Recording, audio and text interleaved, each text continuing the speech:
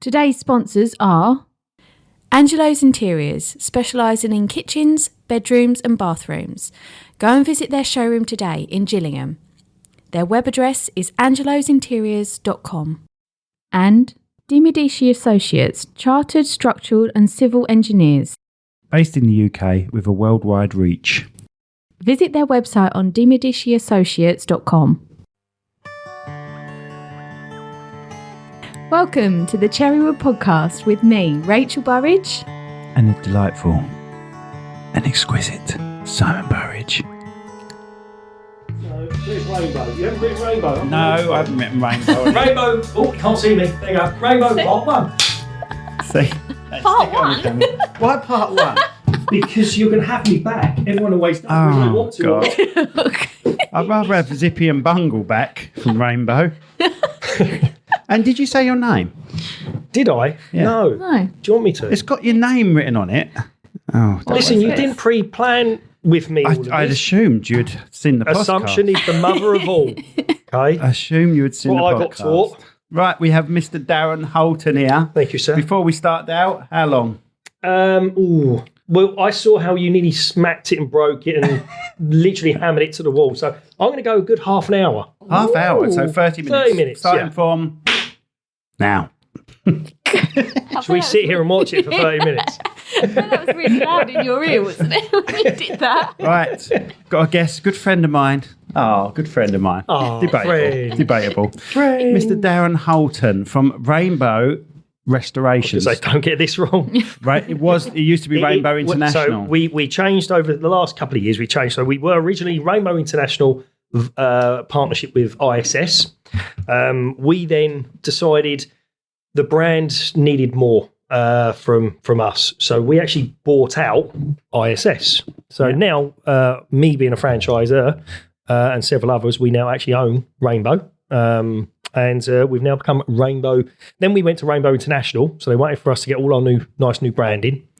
Then they changed it to Rainbow Restorations. So now we've got to get new branding, which we have, obviously.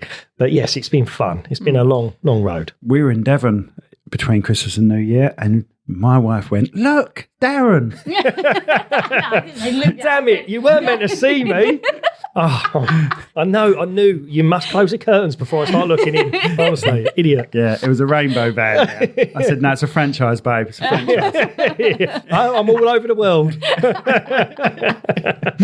Oh, God, poor world. Already, that's the half hour. It's a hanging. Now, will it hit the chicken? Will it hit the chicken? The chicken never makes a noise. Or will it hit our Or is it walls? going to hold out? It'll hold out for a bit. I reckon.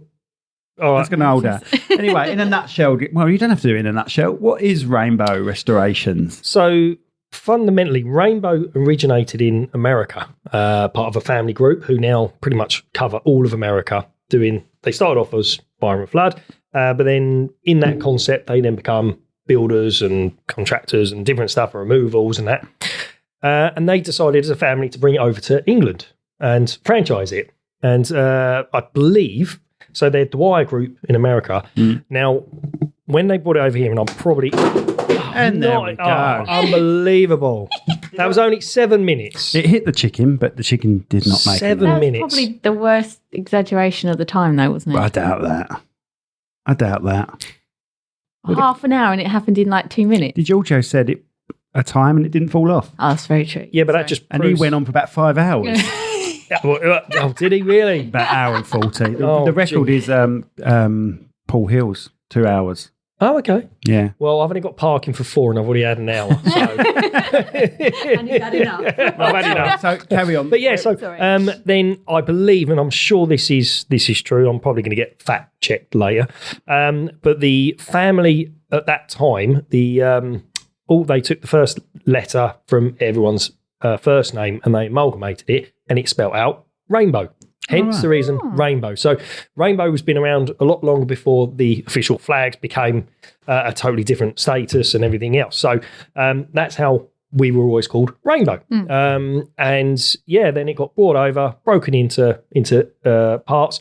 But the sole part of Rainbow was purely for restoration, fires and floods. And then over that, with the umbrella of that, we have to be able to remove contents. So then we get trained in contents removals. Then we restore contents, so French polishing, portable appliance testing. Then it moves on from that. As a structure being damaged, then you get to asbestos. And so our technicians and anyone that owns a franchise we have sort of monthly exams. Sorry. Oh, Simon, trying to scare us here. I'm just swapping my coffee over. Oh, second coffee of the morning. Oh, blimey. Cool. I'm that boring. No, go on. But no, that's it. So what it went from in its essence of starting was it's now massive. It's huge. I mean, it's very easy when people say, what do you do? The actual reality is we do everything, and it's probably easier to tell you what we don't do. Yeah. I mean, I'm trained to work in confined spaces underground. So I'm at height up in the air. You know, I can do pretty much everything and anything. I came up through the trades before I joined the Rainbow family and stuff like that. And yeah. Right. So how did go on? I was going to say, you must have to have training in so many different areas to be able to deal with so many different areas. Our head office send us a training manual sort of once a month. So every year we have 12. Yeah. On top of that, we also, I'm BDMA, so British Disaster Management Association. So I have to accumulate points as well per year for that to keep that going, which also means I have to take exams and do things and stuff like that.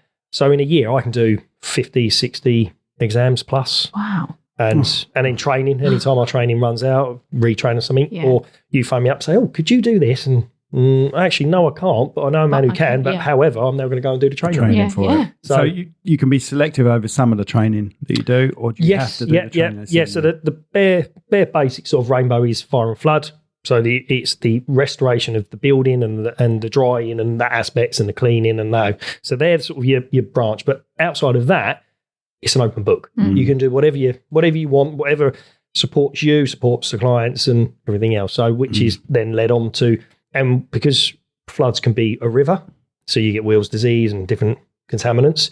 And please stop swimming in the flooded waters around your house. That isn't clean water. I mean, seriously. I did that as a kid. I could think that explains a lot. The old semi-detached houses used to have the path. Well, most houses have the pathway round the back. That all flooded in my neighbours, and we swam in that. Yeah. Oh, God. Yeah. Did the old water fountain? Yeah. Oh, I didn't put it in my mouth. No. Well, no, I don't think I did. Yeah, but so you must have. It's not affected by it, no effects on you whatsoever.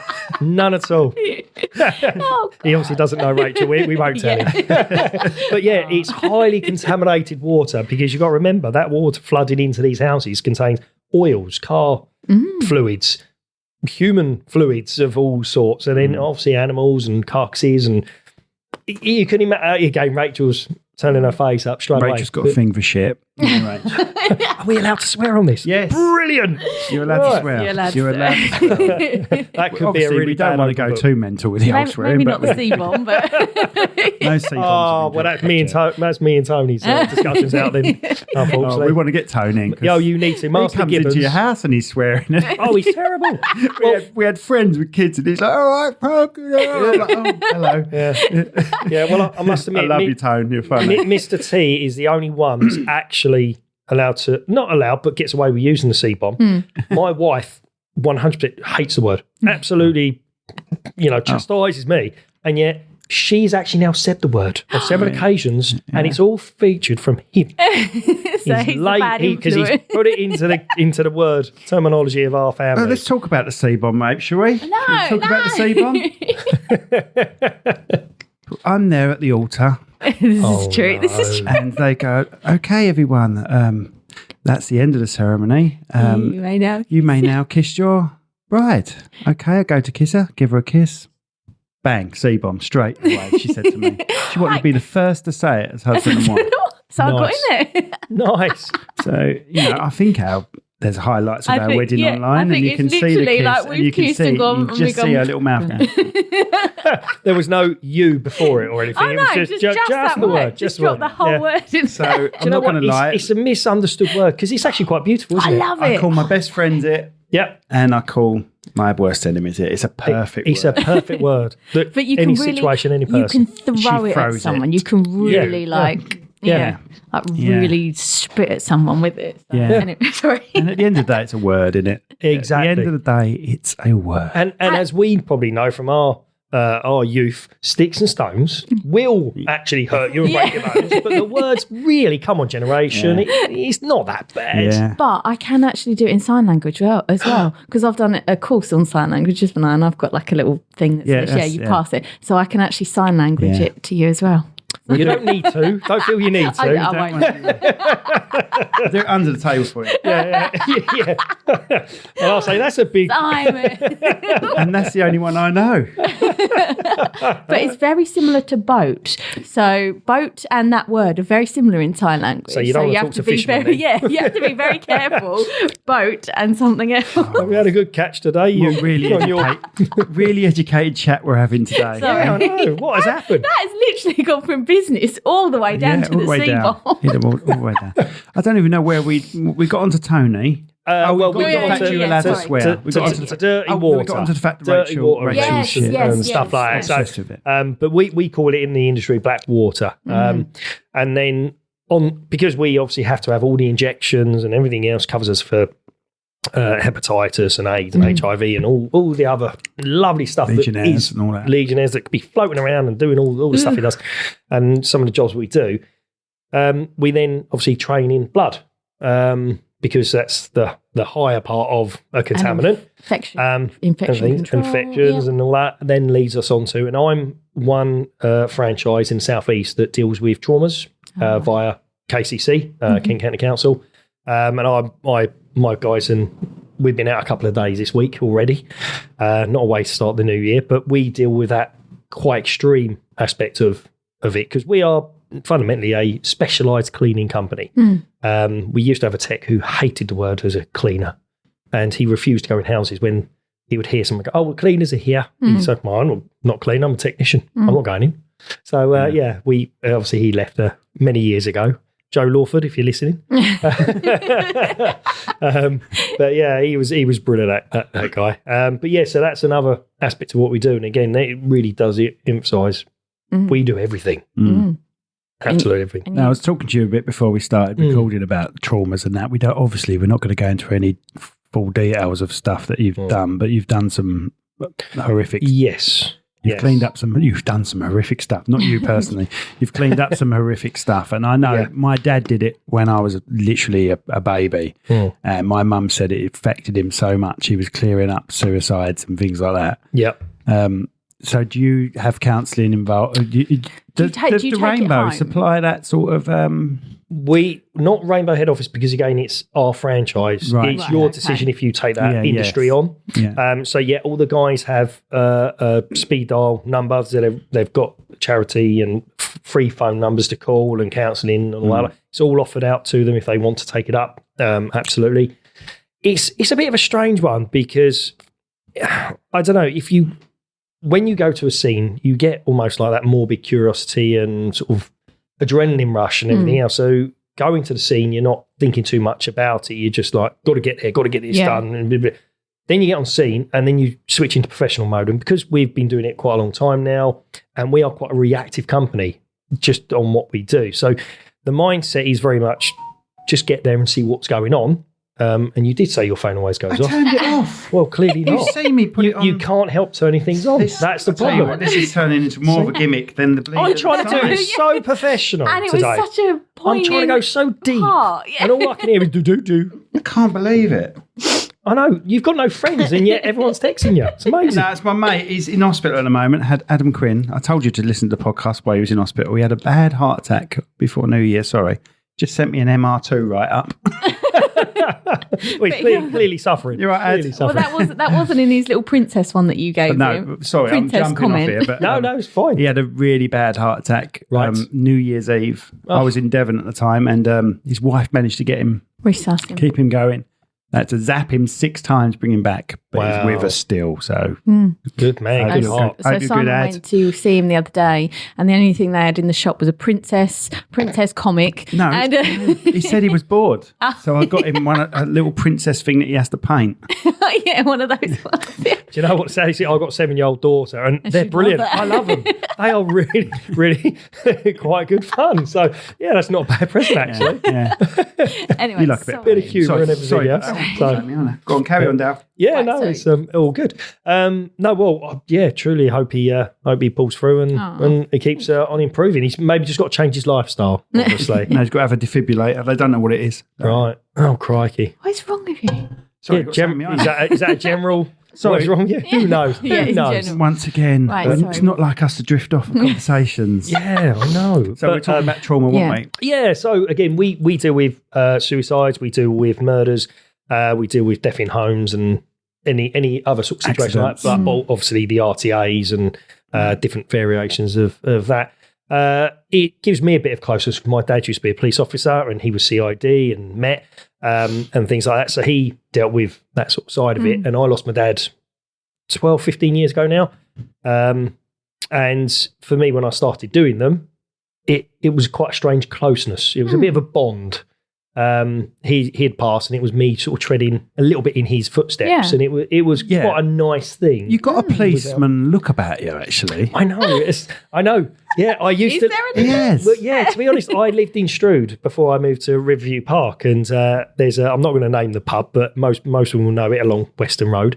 And I went in there one day, and all the guys, the music sort of switched off, and everyone looked round to face me, and I was in my rainbow uniform, and I went to the bar and I got my drink, and a guy next to me went, "So what do you do then?" And I literally had half an hour of quizzing. But obviously my response is talking genuinely as I do about my job. He figured out very quickly I'm not a copper. and there was obviously this signal of some description. Music came back on. And everyone relaxed a bit. Everyone was chatting to me, talking to me. And I was like, this is very strange. And it was the first time I'd ever seen it. But yeah, so I think I could have tried a different occupation. But my dad absolutely categorically said, do not become a police officer. That because the rules have changed so much from when he, old school and all that. And it's now very difficult. It's a very difficult job. You're the first person they would blame, right? Oh, every time. Especially nowadays. Every time, everything that's going around in the media, you are now the first point of call that they get blamed on. Unfortunately, everything's a paperwork exercise, isn't it? It is. Not just police, everything. Risk assessments, method statements. Yeah, yes, we understand they've got to be done, but there's probably a quicker way of doing this stuff. Every time. And half of this stuff, well, I know for a fact, being an engineer, it's designed by people who don't actually do the job themselves. Yeah. So, paper pushers. yeah. Rachel. Paper pushers. Yes, That's what they call them. Pen pushers. No, paper. They Is it paper or pen pushers? I would say pen.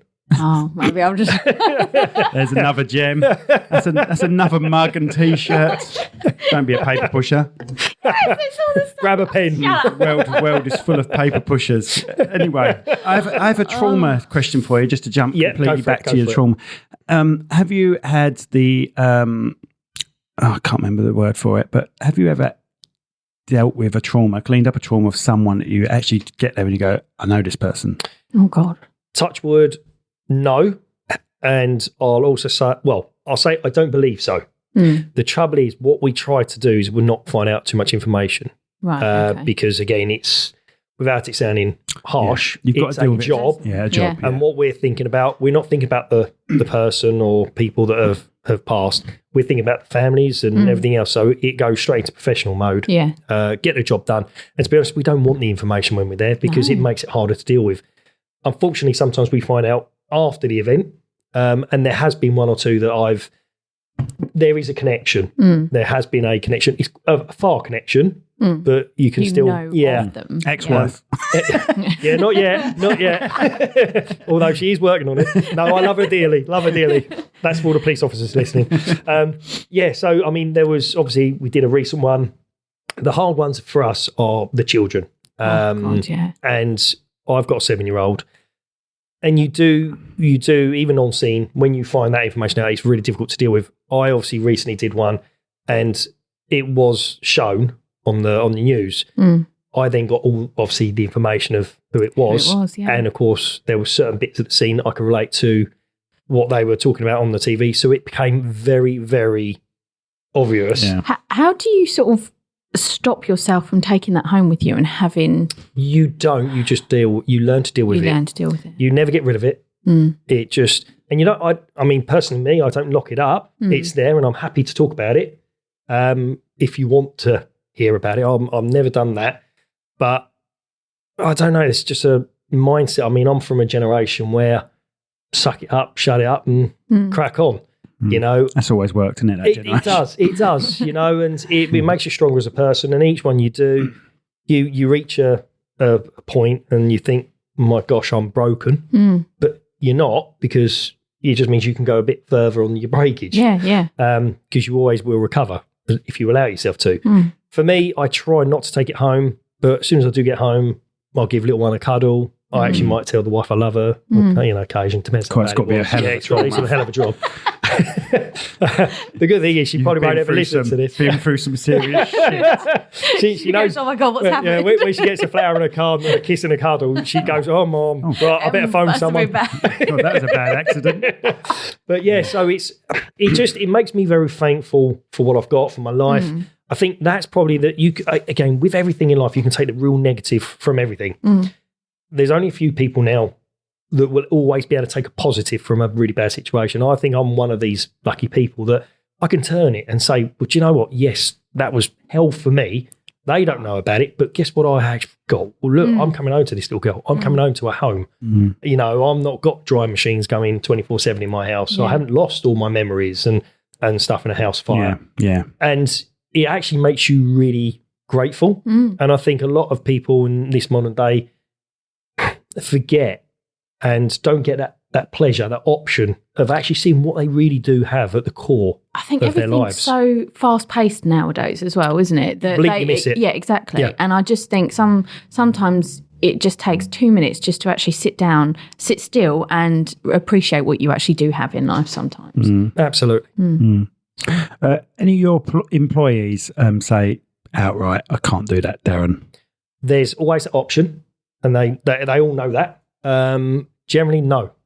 Because, again, when the call comes in, you're not thinking about what you're going to do. You're thinking about, right, we need to do this because nobody can do it as good as us. And again, that's everyone's philosophy.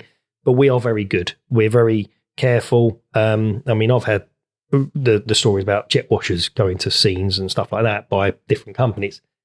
We have never, ever done that, and we will never do that because we believe if you've got clear, you use the empathy, you know, use respect, more delicate means and all that lot. You know, you don't just wash a human way of life away. You don't do that.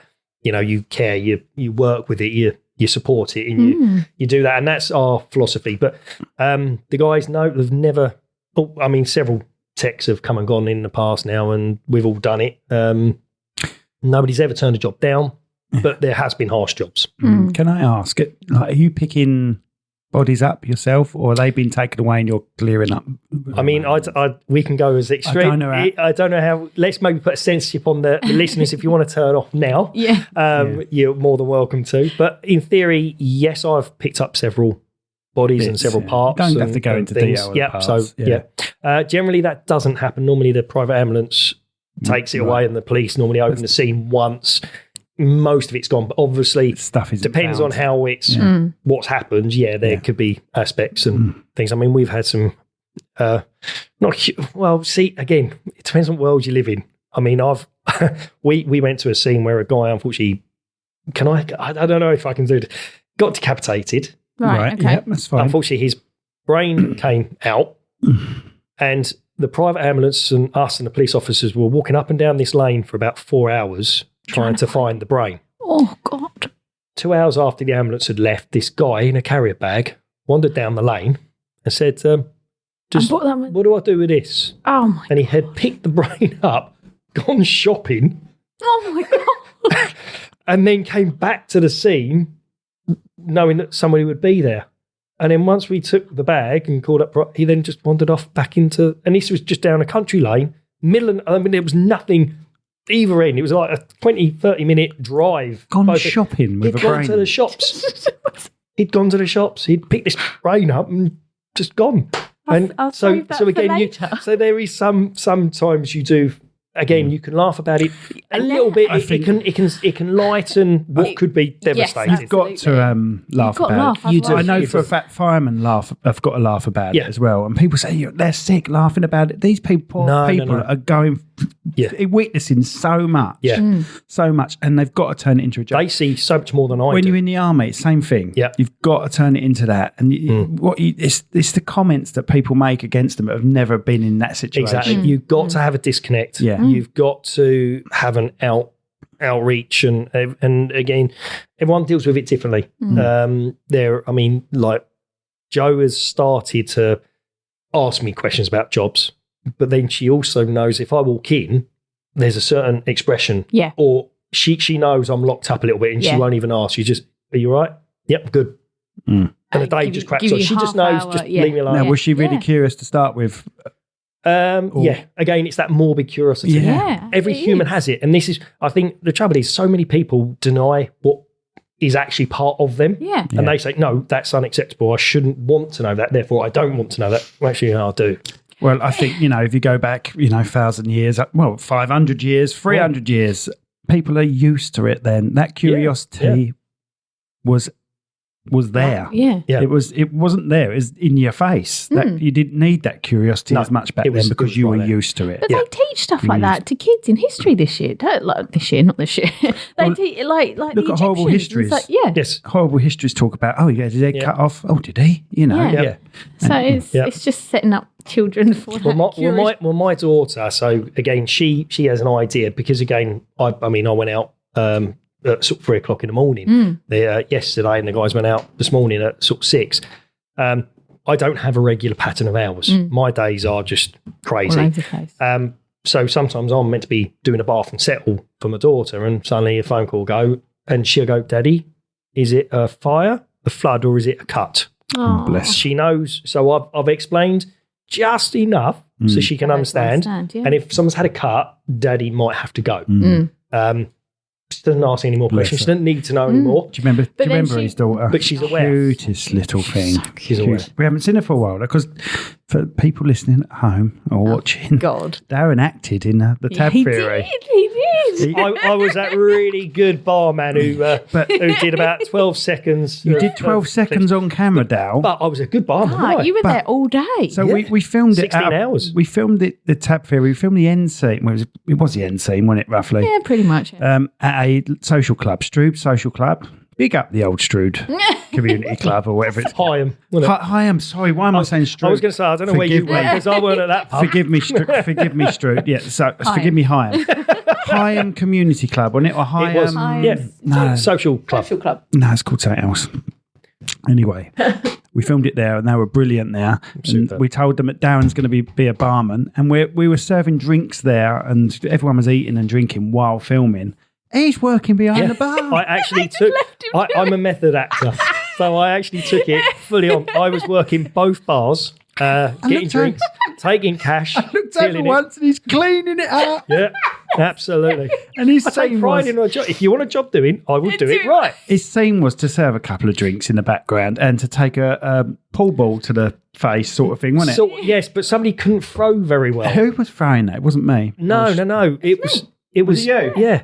Because it took about 30 or 40 takes for her to actually get the ball between that massive great gap of the bar and the pumps. And I simply had to act shocked. But trying to act shocked after not seeing a ball hit you 20 plus times after 16 hours of film, it was a little bit like, right, I was just going to go, oh, Jesus. But that's a good little scene, that. Do you know what I loved? I loved it. Because a lot of people don't realise as well that the ball that actually is thrown is a sponge ball. Yeah. Which reacts totally different to a proper ball. It's a ball pit ball, it was. But and I don't know if you noticed, that actress, Kira, because I used to call her Shakira, didn't I? Just to remember it. Kira. Hello, Kira. Hello. I watched her just before we were shooting, and she was just throwing this up, this ball. That's right. And then all of a sudden, she was throwing it up and giving it weight. Yes.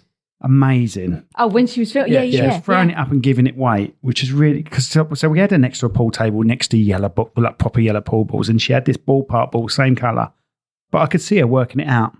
I know this has got to be heavier. It was amazing the way she did it.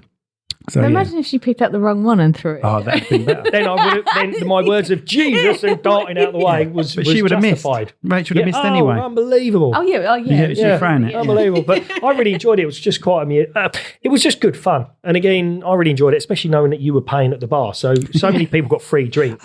I did put a tab behind that. You did. It didn't last very long. Yeah. But no, I didn't. It was limitless, Dale.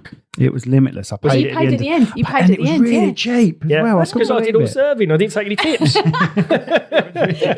didn't give the barman a tip. But no, I really enjoyed it. No, well, talking about my acting, I studied at Rose Bruford in Sidcup, right, towards Orpington.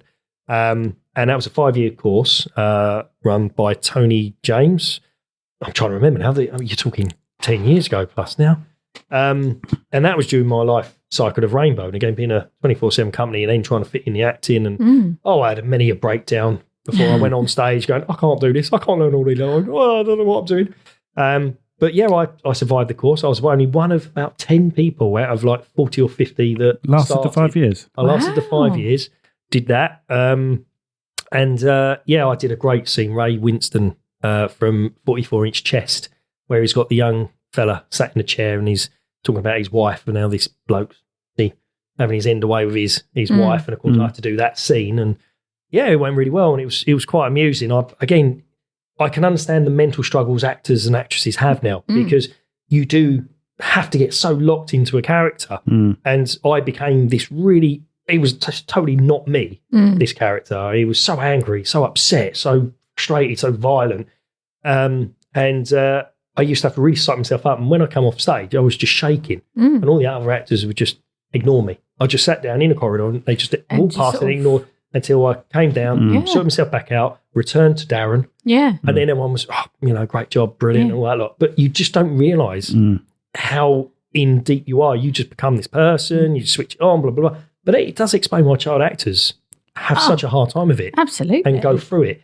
And that's why I've not had any decent parts, apart from the tab theory, obviously. It's because I'm not ready for it. I want to be an older actor when life's a bit easier, when I've got more time, when, everything's kids are grown up done. a bit. Yeah. And doesn't need to be too embarrassed. Yeah, I enjoyed it. And the tab theory was the first time I have acted, really. Yeah. And you were brilliant. I was just myself, but in a bit more of a camp way.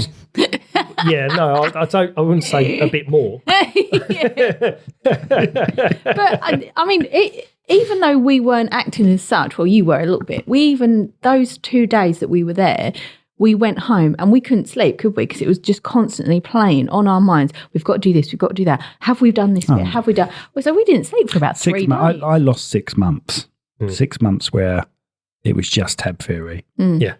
And it affected us a little bit, didn't it? And I look back at messages that I sent to Rach for 6 months and they were just all tab theory. Yeah. All tab theory.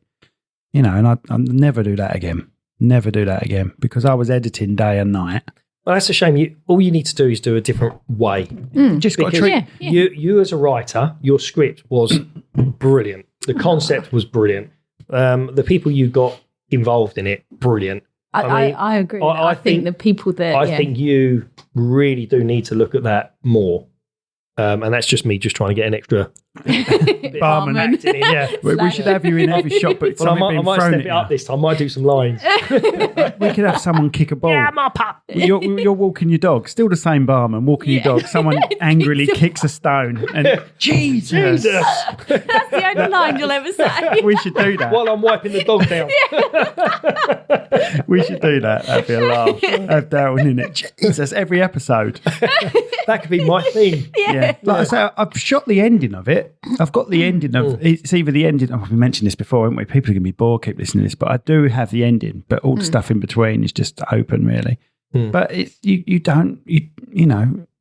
it's if I didn't need money, if I had nothing else on, and I was like, I'll finish it. But it has to be because it's been left now. 3 years? Yeah, 3 years. Yeah, it was COVID. People are getting older, like I said. Yeah, but I mean, Star Wars original, they messed it up by bringing new versions in, but there was quite a time distance between them. What I'm trying to say is it was left open at the end of them. We need to make a plan. So the next episode should be the day after. But it can't be. Well, no, not necessarily. I know. I've always said to you can skip Say 3 years. later. I was going to say, and then you can bring it back. Because, again, nothing changes overnight. So we've got to, he's invisible. How's he going to change his life? What's going to happen? All the rest of it. Yeah. How's he going to make tons of money? So one is he now got his own shop and his own acting school, and nobody can actually still figure out how the heck he gets. Yeah. There's a few things like loads of options. He storms out of the toilet at the end, and in Higham Social Club. The other one, the scientist, says we need to make a plan. Now that scientist, we could say 3 years later, and he's not seen him since. No, because we all know what. I fancy a holiday in Barbados, so maybe one of the scenes could be there, and obviously I could be behind the bar there making cocktails. That's fine for me. Yeah. Done. I'll have a think about it, but it all costs money at the end of the day. Well, when we're millionaires, time and money. If I've got the time and money, I'll think about it. Well, I always think about stuff like this, and I mean, I always wanted to do acting, and I love it. I'm just quite an outgoing person. I do have a lot of energy, so it was sort of a good path for me. But now I've got my daughter, I sort of really think about when I've gone, I want my daughter to be able to see her dad. And like home movies aren't done anymore. They're done on phones. Yep. And it's all in the cloud. And it disappears and it can go. And if one day the computers take over and decide we're not going to show any photos and videos, you've lost everything, right? Whereas home videos on these little VHS cassettes and all that lot, quality's terrible, but you can still get the person, or films that are still being made and all that lot. So for me, I'm very much about, I want Arabella to sort of see her dad, but obviously wouldn't see her dad, something different, but go be proud and go, oh, that's my dad. Do you know what I've done? I don't know if I've shared this with you, have I? Oh, me? Breaking news, guys, breaking news. I'm interested. I've got a file, so if anything happens to me, Rachel goes to the file. Oh, I know that. It, right? Yeah. Oh, no, not that one. Right, gotcha. And, clear history. When Tilly used to go to bed, I used to sing her at the same nursery rhyme, maybe a couple of different nursery rhymes every night. I've put a 360 camera on her bed. Oh, yeah, I did know that. And filmed it. Right. So she can lay back to where she was, put the old VR set on, and I'm there singing. But it's not so much for her; it'll be for her kids, grandkids. Yeah, that's true. Yeah, this is my grand. And I'm the same mindset, because there's a certain song I've adapted, unfortunately, and I do apologise to Arabella, because one day she's going to be in school and probably have to sing the song, and she's going to sing my version, and it's going to go really wrong. But Kumbaya and stuff like that, I sing to her. And it's our little thing of a nighttime. That's exactly what me and Tilly used to do. I've actually said to Daisy about recording it, but I might even speak to you guys. But I want to record it, and maybe even with someone playing some music in the background, looking at you, winking at you, Simon. But yeah, so again, for the future, not so much for her, but again, if I was gone tomorrow, she's got that. So again, I'm on that set. Right, I think that's great. But that's why we say to people as well. I know it sounds really morbid, and this isn't the best topic of conversation, but to have your wedding filmed as well, because we had ours filmed, obviously. Yeah, but we have my nan who isn't now here, your dad who isn't now here, and we can watch that, and they're walking around, they're laughing at the table, and you get that tiny little bit of them back, and just for 5 minutes you sit there and go, oh. And that's exactly what I was literally just saying. Everything on your phone now can be lost. You can go. But you've got that. Yeah. Me and Joe, we videoed our wedding. Sadly, I've probably watched it a pants load more than she ever has. I think she watched it once. But I love it, especially at the end where we're having the party, the disco live band, and you have exactly like you just said, you got grandparents there and the boys, the nephews, were like knee high. Yeah. And now they're 24, 25 going on, and you're like, what the heck? And like Ted, when he looks at it, and Tilly's 18 months old, and he looks at it and goes, well, where am I? And I have to say to him, well, you Daddy weren't hasn't there, had but that yet. But the milkman hasn't turned up yet, son. But he looks at it and goes, wow, that's Tilly as a baby. And he's never seen that side of it, has he? No. So he sort of sits there like, wow, this is really cool and like fascinating for him, really. So Brilliant. Anyway, going back to you, Darren. Me? Yeah. So it's all about me. What led you to this industry then? What led you to where you are now? It's a bit of a weird path, I suppose. Fundamentally, I failed miserably at school, as many kids do. And in reality, do you actually know what you want to do when you're at school? What school did you go to, Dale? I went to St Michael's in Garston. Yes. I don't even know. Back in Hertfordshire. There we go. Yes. I think Mike Harper was from that way, wasn't he? And I gave him abuse about having that's where the plum in the throat comes from. Well, Yeah, I probably shouldn't have gone from that area. I mean, Carson's just on the outskirts of Watford. So yeah, don't say like that. So let's just board it back down to reality. Yes, I can do the posh. Yes, doesn't mean I am. Yes, no. So I went to St Michael's, messed up big styley, had issues, was drinking too much. I at that point would probably deem myself an alcoholic. Simply, I was drinking for the wrong reasons. I mean, I was too young to drink, but I was quite tall, so I could get into bars and stuff. And in them days, again, it wasn't, it was frowned upon. Yeah. But you got away with stuff. But I messed up big. Do you drink now, Dale? Virtually no. Right. Because I'm 24/7. I haven't drunk probably for the last 8 years, 9 years. I've never noticed. I mean, you again, I do. I will drink. I know it's not like I cut it out completely. But generally, I don't bother, or I have Heineken Zero. Sorry, I'm allowed to do some trading. Yeah.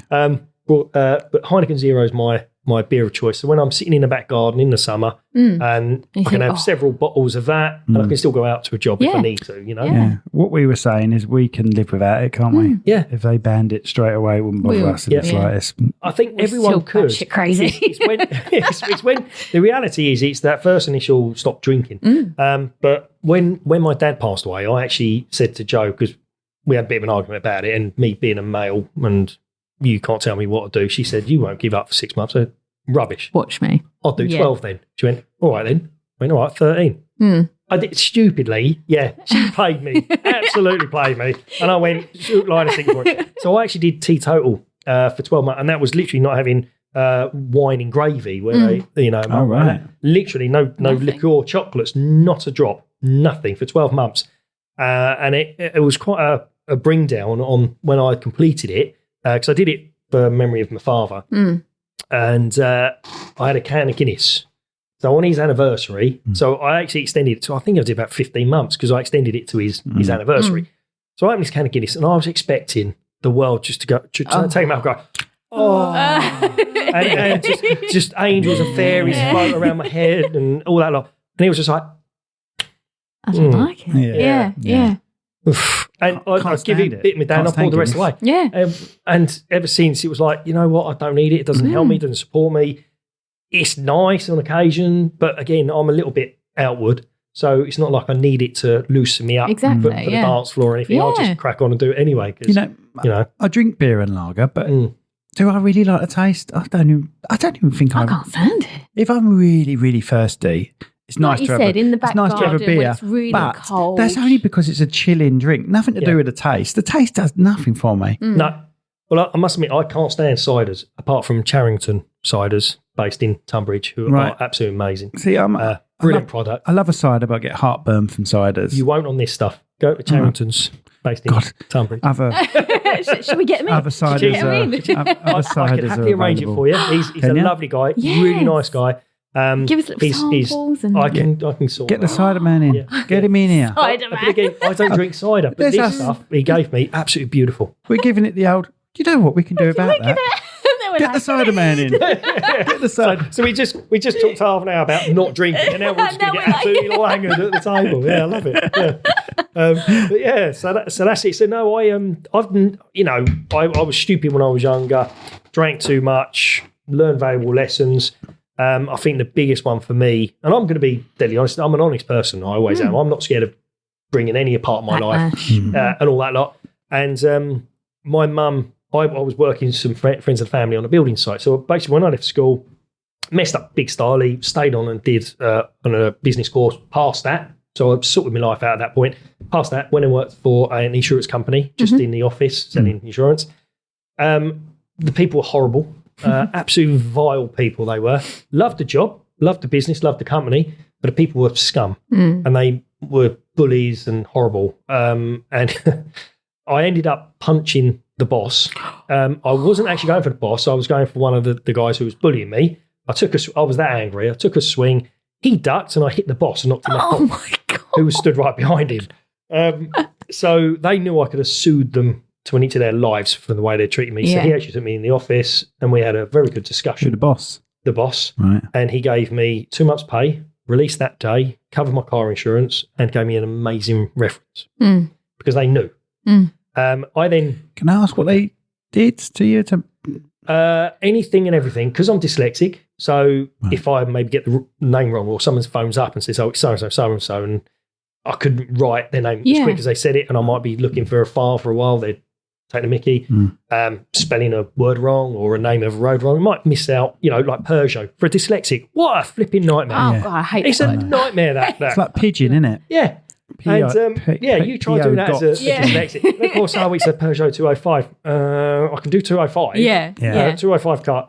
So bits like that. But they take the mickey out of my mum's name, my dad's name. I mean, Joyce and Alan. Yeah. How do you abuse someone over that name? They abused where I lived because they lived in a more plush area. That's where I worked in St Albans. It was just they do just nasty bullies. So you were the one that came in and they thought, oh, fresh meat. Pick on him. And I was young. Yeah. I was young, no life experience. And this is what, again, the generations coming through now seem to forget that we've all had these issues. We've all had to survive this. It's not new where you get bullied and mistreated and people say horrible things. You have to find your own way, your own legs. Nobody's going to do it for you, and it makes you a better person. I survived. Builds characters. Yeah, exactly. And it's led me on to different stuff. And when I did that... do you want to take it? No, don't need to take that. When I left, I was punching the car roof because I was so happy, and I burst into tears on the way home, because it had just broken me so much. But some friends of the family took on a building company, just started it up and said, right, what have you done? Because at this point, I'm unemployed. And I said, I built a rabbit hutch with Dad. And they said, oh, you're a carpenter. No. Yes, you are. They sent me to Oaklands College in St Albans. So it was quite pleasurable because every day I walked past this insurance company and smiled. And stuck your finger up. As I walked to college, did my carpentry, learned how to be a carpenter joiner, joined their business. That unfortunately then folded after a few years. Joined another one, doing general maintenance, Tesco's and various, bit like Damo, doing all the maintenance in there and all that lot for a few years, and then went travelling. And best thing in the world, went travelling. Really found myself. Where'd you go? I did Fiji and Australia. Lovely. That's why me and Hayden get on so well. Fair dinkum. Fair dues, mate. Fair Why dues. do you say that every time? Fair dinkum. Someone says Australia and you just automatically go into an Australian accent. What do you mean, mate? Yeah, so Bit of a nut. Who did we have last? Oh, we had Damien last, didn't we? I think. But we spoke to Paul Hills. He did a lot of Australia. Yeah. And I mean, how long did you travel for? I did a year, and that's where I met Joe. So I went halfway around the world. So there are some half down the road. There are some downs to it then. Yeah, mate, gutted. Absolutely gutted. Well, you two leave her alone. She's lovely. So actually, listen, this is the best bit. Although knowing Tony, he'd probably record it and go, hey, Joe, have you heard this? just suffer for 30 minutes and listen to 36.2 seconds in. But yeah, so... wouldn't it be funny if that is 32.6 seconds in? But carry on. Yeah. Well, at least I've got to get something right. The sign went at 7. But yeah, so funny enough, one of Joe's friends, so we were travelling independently at that point, and one of Joe's friends quite liked me. And Joe was quite, didn't talk to me.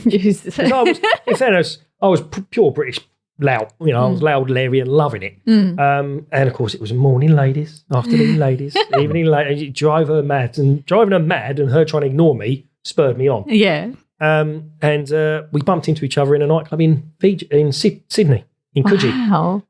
Just, what was the chance? I wasn't going out because I'd had way too much Bundaberg rum the night previously. So can I ask, when you were flirting with her, was it here? No, that was in Fiji. That was a beachcomber manor. Okay, so you met her in Fiji and bumped into a nightclub in Fiji. And then we, obviously, the paths then married up again in Sydney by complete accident. Oh, Sydney. Right, yeah. okay. And you just so happened to live like half an hour down the she road. lived in what's called the CBD, the Central Business District in Sydney. So she had to travel all the way to Coogee, which is a good 30 minutes drive in a taxi. And I was staying at a hostel, Backpackers, place just down the road. So I'd had a skinful the night previously, wasn't really in the mood for going out. The boys went going out. So we went to this nightclub. Her friends dragged her out to this nightclub, and then that was it. We talked about nephews and everything else, and that was it. That's our start for our life. But she lived here. She lived in Kent. So I then obviously packed up what jobs I was doing in Hertfordshire. Oh, so you moved to Kent for her? So I moved for Kent for her. Oh. Plus I could only get a 1-bedroom flat in in sort of Watford Garson area for a 3-bed house. Yeah. so hence the reason I lived in Strood, Western Road.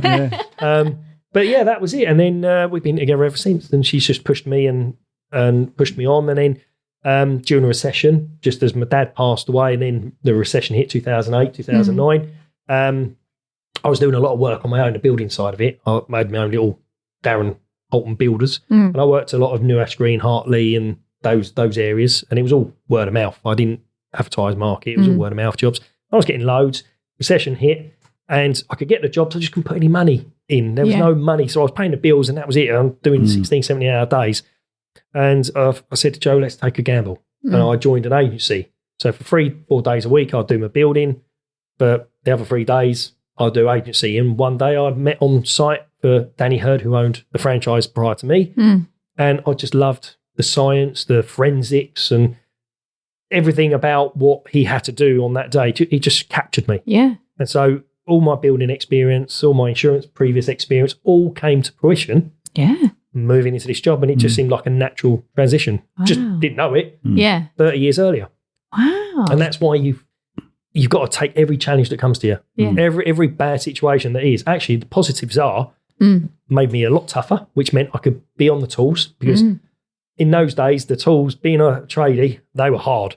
So it toughened me up doing the insurance to then go on the trades and not be a complete wimp, which then built me up, but gave me the knowledge. So I was then able to do stuff around my own house, then doing my own business, then moved on to this. And then I worked with Dan closely from agency up until 10 years I owned the franchise, because he retired, unfortunately, and I couldn't bear to work for anyone else. Just had Arabella, and it was the job 24/7. So how do I make sure I'm at every one of her assemblies or activities, anything, and still work at the same and time? Still I've got to own a business. And so again, me and Joe then took a huge gamble. We put everything on the line, absolutely everything, and it's still technically on the line. And we took it on. And then Brexit kicked in. Oh, God. And then COVID kicked in. Yeah. And then the recession kicked in. And so for the five plus years we've owned it, we've had it all thrown at us. But guess what? We're still here. I'm still here, yeah. Still here. I've still got the team. Yeah. Still got Clive. Still got Matt. Still got Gillian. And I've still got Meg. And then I've got my wife doing the accounts. And then I've got brilliant people like Phil Monk, who just tried calling me. I've got so many other... He's not that good because you put the phone down. Yeah, no, funny enough, well, congratulations to Phil. His daughter's just had a baby, so he's a grandparent. His daughter's just had a baby, yeah, right? So, but I know he'll want to talk forever. But he's my French polisher. He is absolutely amazing, a French polisher. French polisher, it's just possible you could save my life. Do you remember that Yellow Pages advert? I do. Hello, wax polishers or something like that, isn't it? Yeah. Just possible you could save my life. See, Rachel's looking lost. Yeah, it's an advert. It's J.R. Hartley. Oh, I know that one. It is rather old. J.R. Hartley. Oh, my name. Oh, yes. J.R. Hartley. And I were right about that saddle. That's the other, that's the other one, isn't it? Oh, look at that saddle's like a razor blade. Anyway, so this one was Yellow Pages. This kid had a party around his mum and dad's house with all his mates, and someone had scratched the table. Yep. And then he gets on the phone. Hello, French polishers. It's just possible you could save my life. And then they come and repair the table. And then he looks up and there's a face being drawn on one of their pictures as well at the end. As mum and dad get home, he's got no chance of recovering it. See, kids, that just proves it, right? We invented house parties, not you lot. Yeah. We destroyed them first. Yeah, exactly. But no, I remember the Yellow Pages. But no, Phil he's the sort of guy that will walk into a house and he'll look at timber frame on the ceilings and all the rest of it. And he'll go, oh, that came out of a boat from the Apes fleet. Oh, and there'll be a number up there. And he'll tell you the history. Wow. He can find the numbers on them. He can tell you the nooks and cracks. And what you think is just a split of the wood, it's actually not. It's something they used it for storing arrows or, and he'll tell you the history about it. It's just absolutely, what he doesn't know is absolutely amazing. He's amazing. Have you ever been hurt on any of your jobs? Touch wood? No, I don't think so. See why I laughed? Why? So you mentioned wood. Sorry, carry on. Because I'm a carpenter and a French polisher. Get it. Get it. Yes. I meant erections. That's it.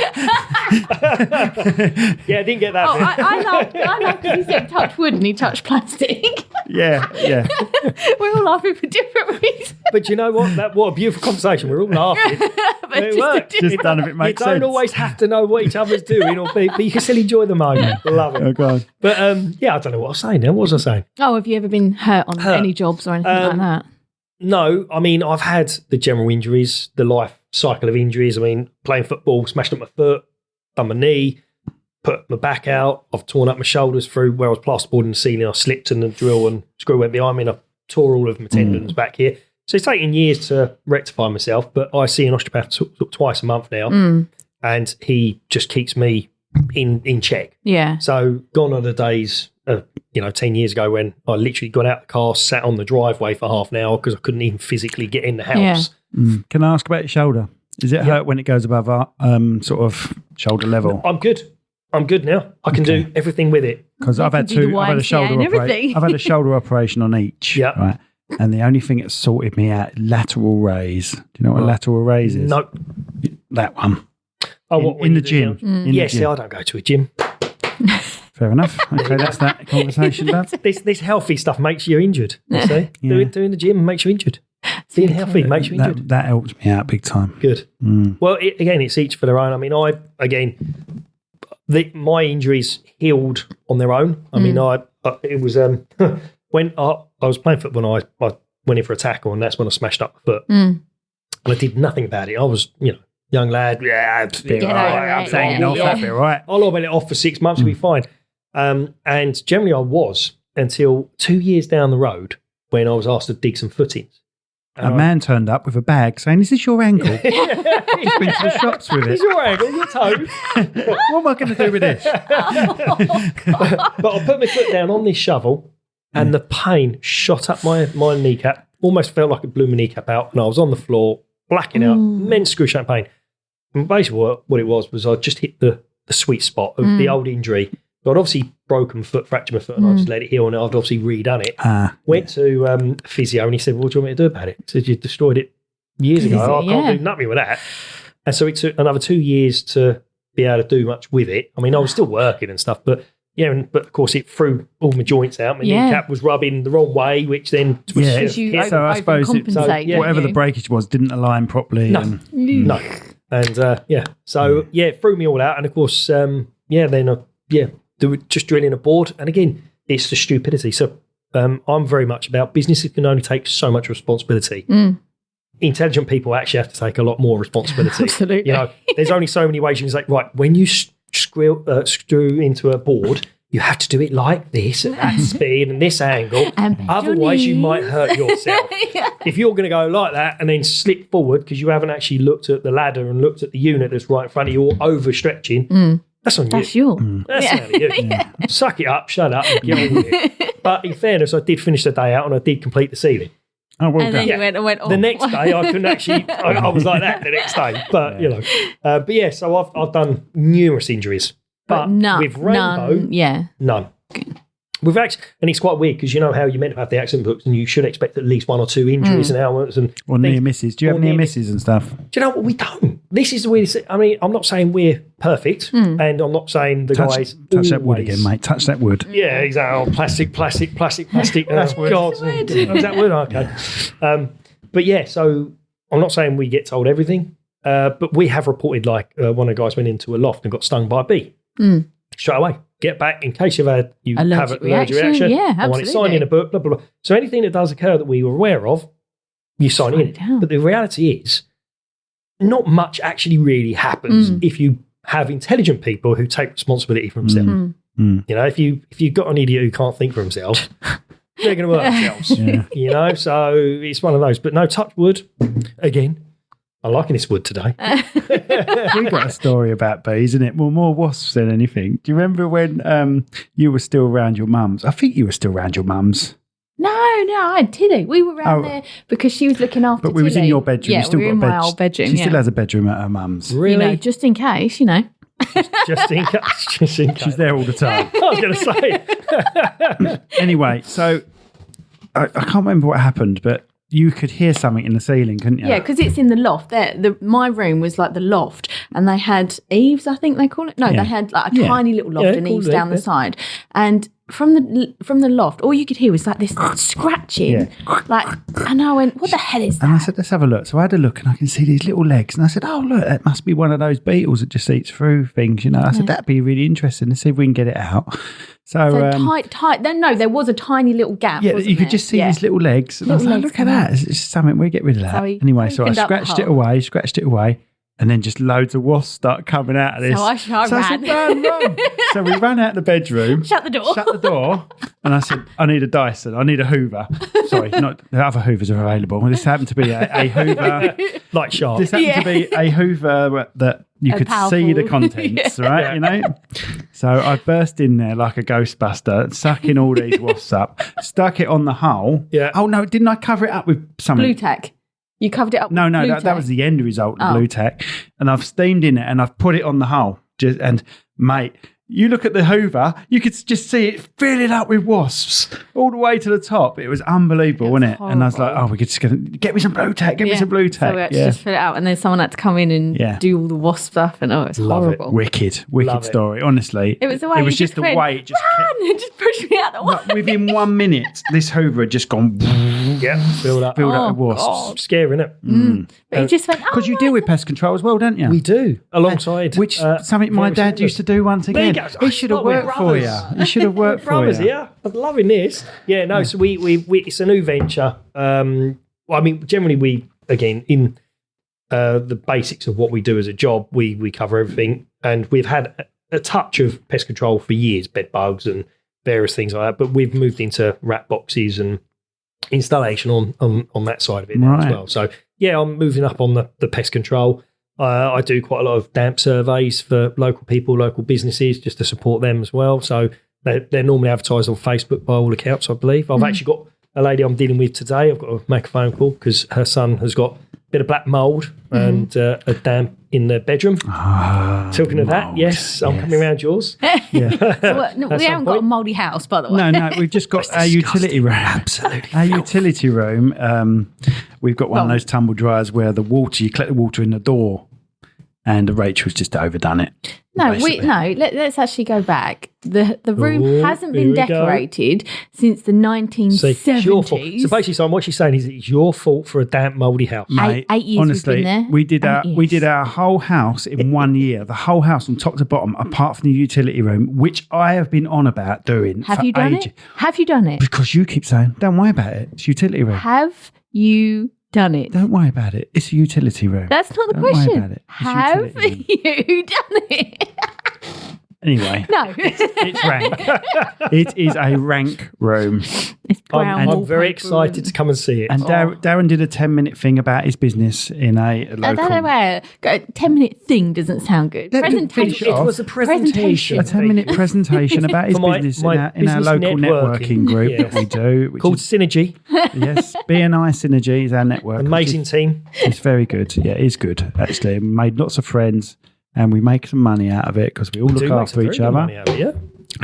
Anyway, so Darren did his 10-minute presentation and spoke about mould. And I was like, oh, God. You mentioned that when you clean mould, if you don't clean it properly, it's like Sand People, Tuscan Raiders. That's it. They come back, but in greater numbers. Rachel's lost.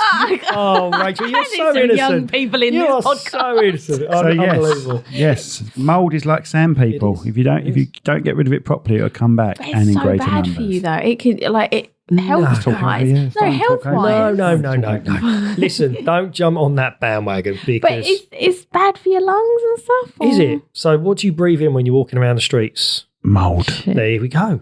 So, what's the difference between the streets and the house? Mould. Simon's there.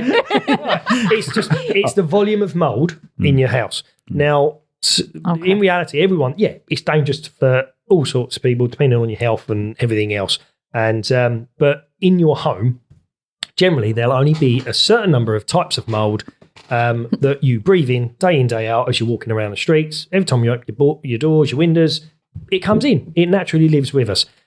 But the way we have changed living has made it more visual, I suppose. Houses aren't as aerated as they used to be. They're a lot warmer than they used to be. We don't really have the log fires. Now, this is going out to any log fire sale shops, I'm looking for some sponsorship. But a log fire is an amazing thing to have in your home. If you can reopen your chimneys and get either a gas, a proper flame open fire, helps. This is coming from the bloke that deals with burnt down houses. Yeah. I mean, that's the extreme of warming your house. That's the extreme side. Obviously, if you could do it safely, please. It's not open fires really as such, is it? I love an open fire. Just an open fire is amazing because it heats the room totally differently. So with your central heating, all that does is it warms the moisture vapour. So it doesn't help remove the moisture vapour in your room. So if you put the rad on, you're sitting in your lounge, you get all nice and hot and toasty, you go, turn the heating down, getting hot. Turn it down within 30 minutes, you go, crap, heating up, I'm blooming cold. It's because it hasn't removed the moisture. The moisture cannot retain that heat.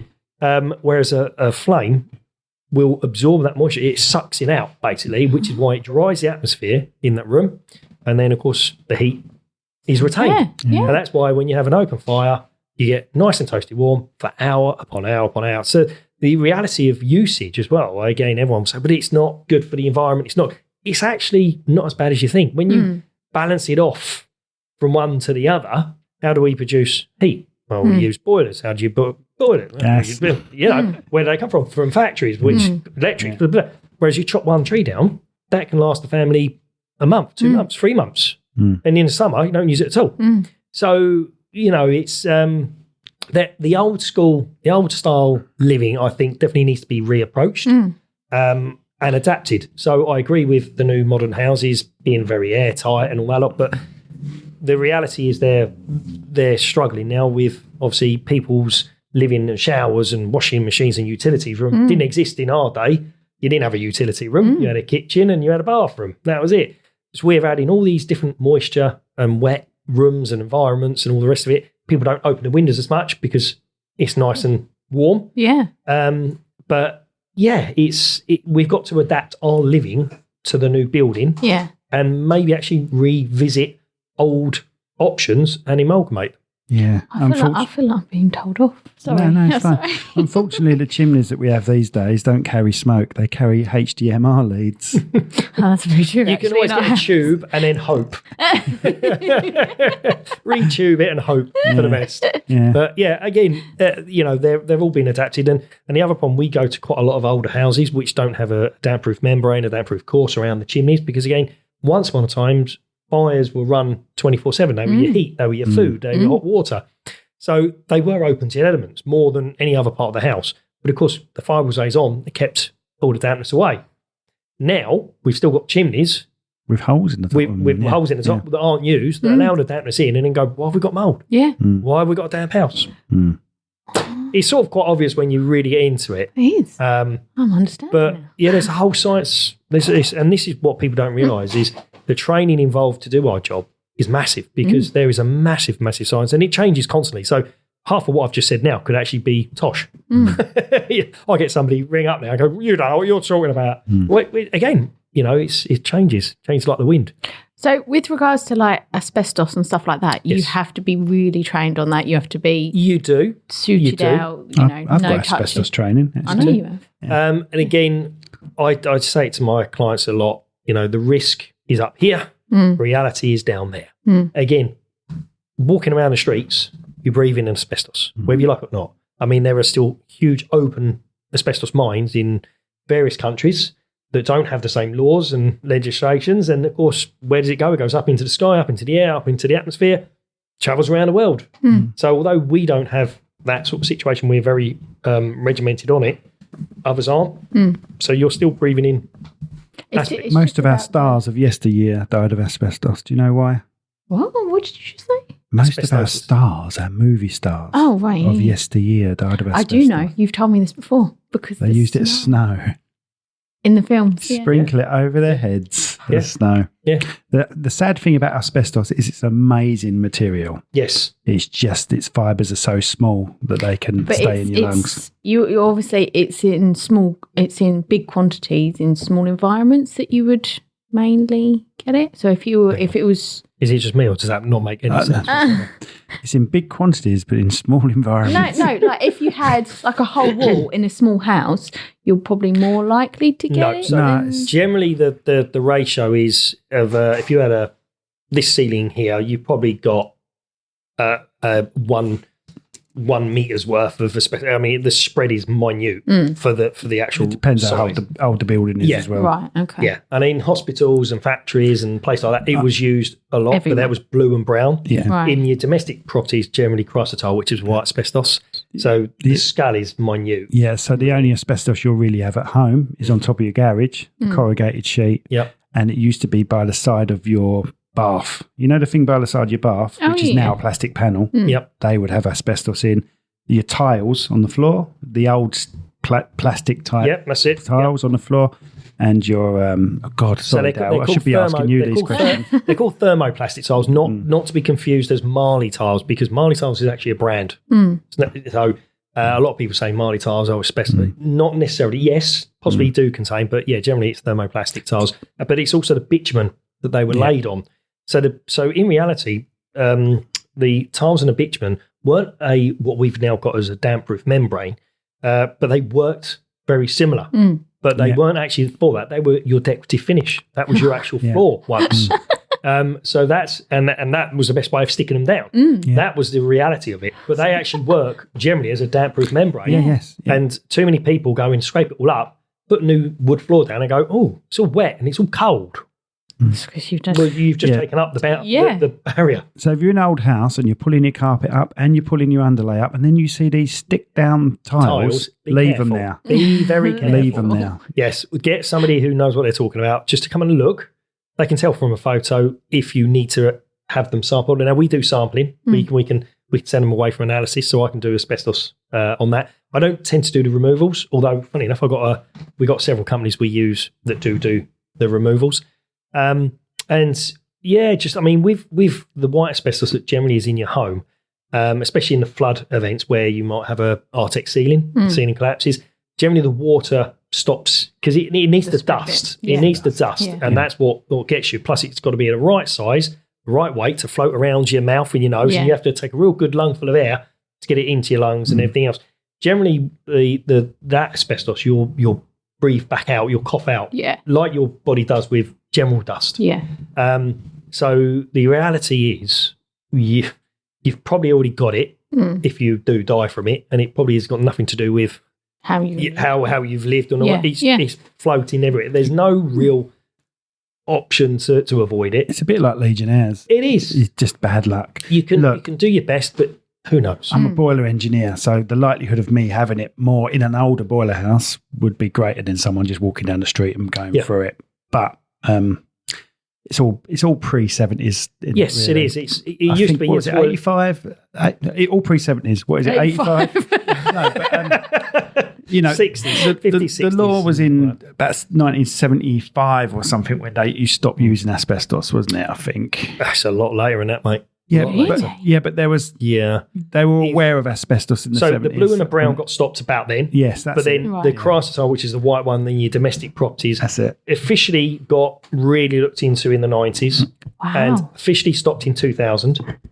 However, they didn't just go and destroy all the machines that produced all this stuff before. They just allowed 4 years clean through. So materials even produced up to about 2004 may contain asbestos. Oh my God. And you can still have asbestos. There's still asbestos in most places, like mills and production companies and anywhere but you have to have a register. You have to have a register. Right, okay. So you have to know exactly where it is, how it's been dealt with, and you have to, and when you find it, there's double bagging methods. God, I'm into asbestos. Again, for those that are possibly thinking of dropping an Arctic ceiling or lifting up floor tiles, it's not just a case of stick it in a bag, take it to your dump and dump it. No. You have to pre-phone the waste cycle place. You have to get booked in. You have to show them evidence of what your address and who you are, where you've removed it from, things like that. Talking to the mic. Sorry. You have to remove it from there. Is that better? Well, I should have told you to talk into the mic about 3/4 an hour ago. Should we start again? But yeah, so it can be a real pain. And then they might even say, we're going to come and look at your house and see where you have removed it from. They can do that. They have the power to. And if you can't prove that you've removed it, you could get a fine. We've had a job where somebody was told by an insurance company to bag it all up and all the rest of it, take it to the dump, which they did, because they didn't realise it was an Arctic ceiling, but they didn't realise. And unfortunately, this person put it in their car, their dad's car. So when I then went, took a sample, and they told me what they'd done, I said, "Oh God, don't do any more. Yeah, stop right now. Whatever you've used in this, put to one side, bag it up." I bagged it up, put it all out one side, all into the room. We then found out it was positive, which brings on to environmental issues, vehicles where it's been dumped. Luckily, it was all sorted, it was all clean. Yeah. It was all good. But it could have gone really bad. Sites exactly, because it, luckily it was what we call NADIS, so no asbestos detected in sample. Right, okay. But if it had been, there could have been a lot of problems. And it was a simple mistake. Yeah. Really easy, really simple mistake. And the reality is it actually a problem? I've lost friends to it. You have, but it's it's general living. It's all out there, so it's not necessarily for what you've done. The problem with asbestos is you don't know it's affected you till 25 years, 30 years later. Yeah. So generally it's 40 to 60 years from having it contamination. And generally most people that will die will be the blue and the brown asbestos because they have barbs. And that's what sticks into your lung. And your body can't get rid of it. Am I thinking of is it Chrysotile is the white one, and that's quite a smooth. Yeah, then Amosite, and I can't remember the other one. Don't test me, no. Don't do it to me. Don't do it to me. A couple of dyslexics trying to work out. I'm just trying to remember. The old brain's going ticking over. I feel like the other one's got a D in it. D starts with a D. I might be wrong. Chrysotile and Amosite, and so then there's another one, mate, in there. There's another. I've got to look it up now. I've passed all these exams and I can't remember. Do you want me to ask my phone? Yeah, ask your phone. What is it? I don't know. What are you going to ask it? What are the types? Look, Joe Rogan gets his mate to put stuff on the computer all the time. I think there's about 8 different types out there. What are the 3 types of asbestos? I even forgot what we were talking about then. The 3 most common types of asbestos used were chrysotile, amosite and crocidolite. Asbestos fibers can easily become airborne when disturbed. This can happen during use of asbestos products, mining for asbestos, or during normal job duties in industries where asbestos was used. Learn something new every day. Thank you very much. There you go. Very clever young lady. So there's no D in there. No, there's no D at all. Unless it's one of the 8, I don't know. But yeah, so it's so that aspect. So again, with the mold and with the asbestos, they're really scary words, and the world has made them to be. And don't get me wrong, I'm not saying it's not. I'm saying in reality, you've got to be a bit sensible. They're all around us. It's happening. You just got to learn to deal with it. I wouldn't want anyone to suffer with it. So you've just got to be sensible. The trouble is, but like we just said, by the time you actually get the symptoms, generally, it happened years and years and years ago. Not much you can do. And if you think living in the country will avoid you from it, it comes from the mountains. Yes, it's worse. It's in everything. They used to do tours in Wales, I believe, tours of asbestos mines. And they used to go, look at all the little fibres. They used to scratch it and say, look at all the fibres as they fly into the air. They grow in stones in between the nooks and crannies of stones. So you can't avoid the stuff. It's part of life, unfortunately, mate. Life finds a way. Life finds a way. Oh my gosh, we're going into the Jurassic here. Finds a way. Right. Anything else, Dal? No, I'm quite satisfied. I think I've bored everyone massively. Oh yeah, ages ago.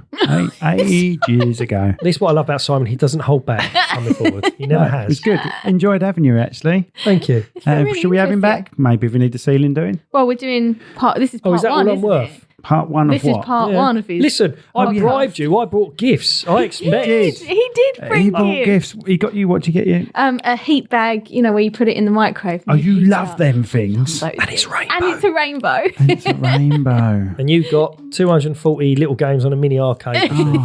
Because I know how bored you get. So much time if on he's your on hands. his meeting. If I thought about it, I should have played it while you were talking. Could have done. You could have done. I'm only joking. Enjoyed that. So and you act under a different name, didn't you? George Yes, James, George is it? James Now, is do you my use? Did you get the James from where you got your school from? So the story on my George James is that my granddad on my mum's side was Jim, also known as George. Dave. Dave, Fred, Steve. James. And my nan used to call me her little Georgie Forsher. So I grabbed the George from Georgie Forsher and James from Jim. Oh, That's what I was meant to say, yeah.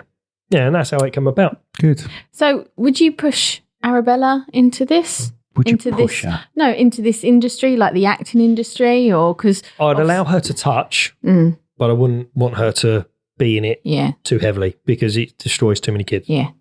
Oh, yeah. A little bit here, there, and everywhere, and get a taste and flavour. But yeah, that I wouldn't push anyone into anything. No, I mean she's a free spirit. She very much like her mother. Yeah. So she decides she's going to do something, but she's very good at doing a ballet, a dance, tap, and she works with a little community group of called Zappa. Oh. By a lovely lady. We're getting there. Zoe. Yeah. We're getting Zoe in. Oh, she's amazing. Yeah. Her dance school is absolutely superb. And we shoot for Zoe as well. Beautiful, So we've got a couple of shoots. They're amazing. And Arabella's confidence and just general dance ability is just absolutely massively improved. In she's been doing it 2-3 years now, I think. Oh. Zoe's superb. All of her guys are. Drew, young lad in there, he's brilliant. He's done a few theatre productions as well. We went to see him. So yeah, if anyone is looking for a little dance school and group on a Saturday or during the week, Zoe from Zappa, absolutely. What do that kids use? JMC? Is that right? JMS. JMS. James, Yeah. JMC. JMC. I don't know what that is. But yeah, so she goes there. But again, she knows I do a little bit. I mean, I was Father Christmas twice this year, as you know, as you saw me at Very Club very- Awesomes. A very posh Father Christmas as well. Hello, young children. Merry Christmas, Please everybody. do take a seat. Well, the Very trouble high was, pitched. You're like, I had to swing it away from my daughter realising who it was. Yeah. Because she course. knows my voice. So I had to Yeah. try to figure out, how am I going Did to do this? she actually have a photo with you as well, didn't Yeah. she? And she didn't work it out. Not for a while until she saw my dark beard behind the nice white beard. Are you Hulk Hogan? Yes. She did a double take and then figured it out because she's not stupid. Yeah. And then I was Father Christmas as well for the Zappa, and the beard was really, really good and it covered everything. And yeah, she wasn't sure until her and her friends saw me, Saw and obviously, taking the beard off, and she went, Obviously, because Daddy! the real Father Christmas hasn't. Just in Well, he can't. people listen, the Yeah, real he can't. Father Christmas hasn't got time to do this. So not all of it, not all the events, no, not he all the can't come to events. all of So Father He Christmas gets asks helpers. people He like needs- Darren. yeah. Needs to support, do doesn't this. he? Yeah. Like we all do. Yeah. But yeah, because we figured out as well with the elves. See, everyone always thought Father Christmas is the person that comes down the chimney, delivers them. It's not. See, what actually happens is the elves that you have, the elves on the shelves, they obviously get to know the children. They get to know what they want and how to annoy mummy and daddy with presents. So what they do is they obviously communicate with Father Christmas. So that's why they have to go on Christmas Eve. And so as Father Christmas delivers the first half dozen packages, he then has a bit of room on his sleigh. So the elves then take the presents down and then they get back on the sleigh with Father Christmas and head back. So he collects them as he goes. And we never realised that. I've wrapped our elves off to ship them back to Father Christmas before, where our kids have been naughty, and then they're like, "No, we'll be good, we promise." That's how they stayed with us. But yeah, so I never knew. So it's actually the elves that come down the chimney.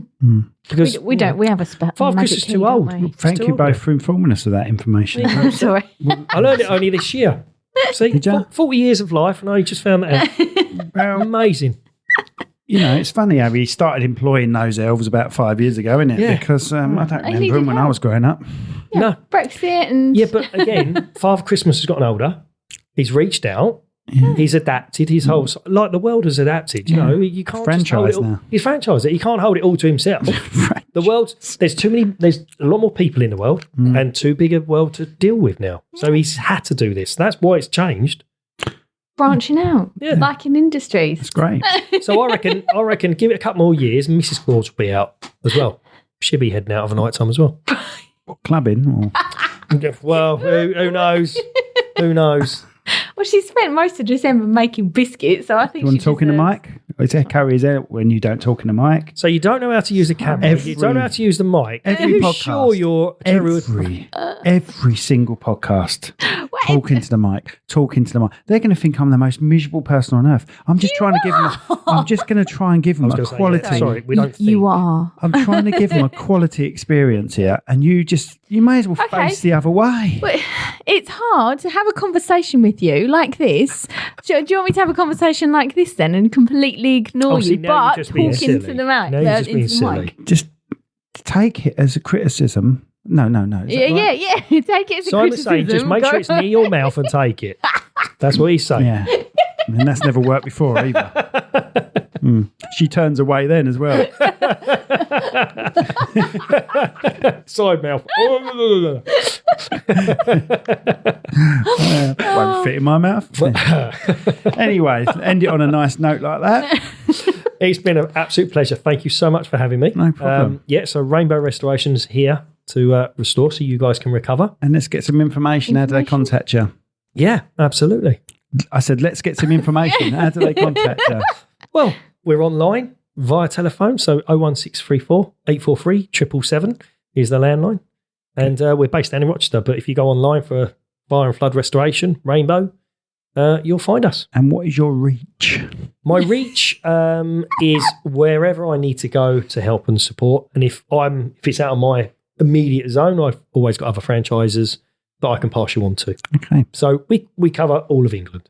Wow. There's Really? not anywhere we don't go. Well, we're in different countries as well. France. I'm in France. Yeah, I just meant your franchise. Yeah. But I don't mind holidays. Belgian floods, I'm happy to pop over. It's fine. Didn't see you rescuing them kids out of that cave. Yeah, I won't go that far. I haven't got enough DMs. Right, Will, cheers, mate. Thank you. Oh, fist Thank pump. you. I can't get to you because I can't get away from the mic. Sorry, Simon. Sorry. Sorry, any other businesses want to come and visit, tell us their story, you're more than welcome to. You get a free cup of coffee. You get just the one. Just Everything one. else you have to pay for. No, so it's cherrywoodpro.com/podcasts, and there's a little message thing there. You can send us a message. I'm rubbish at sending ourselves. Just send us a message. There's a thing there. What's it called? Contact us, and then you can either ask to be on the podcast, sponsor the podcast, which is really good at the moment. Get a lot of people wanting to sponsor the podcast, so get in there while the price is low. Hot. I was going to say, I feel there's a nudge, wink, wink on that one as well. I'm not getting out of this without paying Oh, out. hello. Do you want to? Here we go. That Here we didn't go. even compute. I knew it was coming. Do you want to sponsor the podcast? I would happily do. Don't worry, you'll get the email of thank you for visiting. Thank you for being a guest. Oh, do you want to sponsor it? And for all the listeners, I can absolutely categorically say these two are amazing. I've witnessed some of their videos and weddings and various other presentations, and really know their stuff. So if you've got anything coming up, absolutely 100% use them. Aww. Absolutely amazing. And Rachel's quite attractive as well. Simon just is the baggage, but so choose which one you want.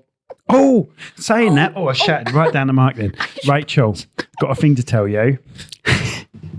Do I need to be here for this? I don't We're going know. to start a shop soon with little bits in, but Yeah, I I know think we could get Rachel to do a calendar, don't you? And she could do a Okay. calendar based on different firms. So if a firm wants her to do a calendar, I like this. So she'd be holding a hot water or she'd be wearing a rainbow cushion. wearing a rainbow international Rainbow, shirt with yeah. a bit of, because there's a bit of a Are you about to following say for you. cleavage Wait, hanging out what are you there? gonna Hang say? on, where are we going when it's Yeah. Marxy? I mean, I'm not saying I'm against it, obviously. It can be subtle, just Saying one nipple sex out. sells. No, I'm thinking. I doubt that. We get a lot of people saying, Not we Simon. get a lot of messages going, oh, actually, she's quite hot. She's quite No, hot. you don't. None of you have seen her. None of you have seen her naked. It's a different story. It's got 3 tits. No, sorry. No, carry on, Rachel. I need evidence here. She No, just started. Now she stopped. So if you think it'd be good to get Rachel to do a 2025 calendar, you pay for a month. A company can pay for a month where she wears your uniform. The top half, everything else is stockings. Oh, no, this is quite seedy. But no, if you want Rachel to do a calendar, noticed then. Yeah, if you want Rachel to do a calendar, I think it'd be a laugh, didn't you, Rach? I have no say in this whatsoever. No, it's your body, darling. No, and at Christmas, obviously, Mrs. Claus. There we go, Mrs. Claus With is a tray coming of out. biscuits. There you go. Yeah. And Mrs. cleavage. Claus can sponsor you, for 1 month, December. Mrs. Claus go, do. No, April. She can sponsor for December. April. Yeah, there you go. So if any companies want Rachel to dress up in their shirt, you have to pay for the month, though, the month of the calendar. And then we give you a couple of calendars for free. I think it's an amazing idea. As long as, can I put something in there? Rainbow as long International? As you don't do any Wi-Fi. Wi-Fi. I promised I won't use my Wi-Fi. I don't want to see any Wi-Fi from you. You no mean Wi-Fronts only and any of that dressing up. Oh no, from that's you. 2026. There's lady business. Exactly, that's what I'm saying. We've got to save it for the following year. If you ladies business owners want a male version, Exactly, there we go. You see, that's where I was going. Mate. We can have a male one and we can have a female one, and let's see which sells the most. I know what's going to sell the most, but my mum will buy mine. I'll be giving them out as Christmas presents.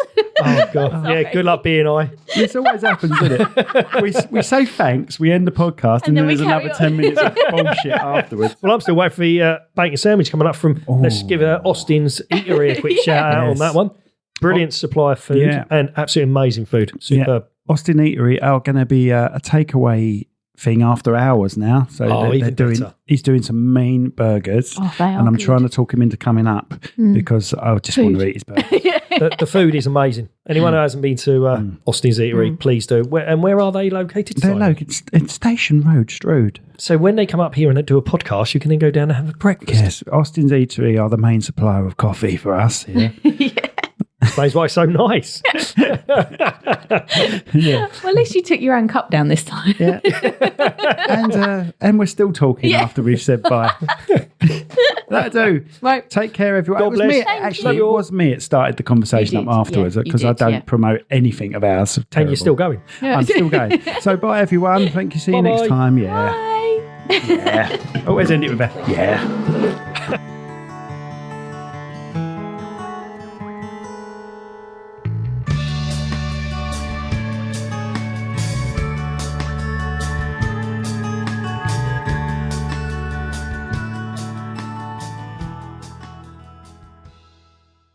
This podcast has been brought to you by Snug Dubs Camper Van Hire. Roam the world, park anywhere. That's snugdubs.co.uk.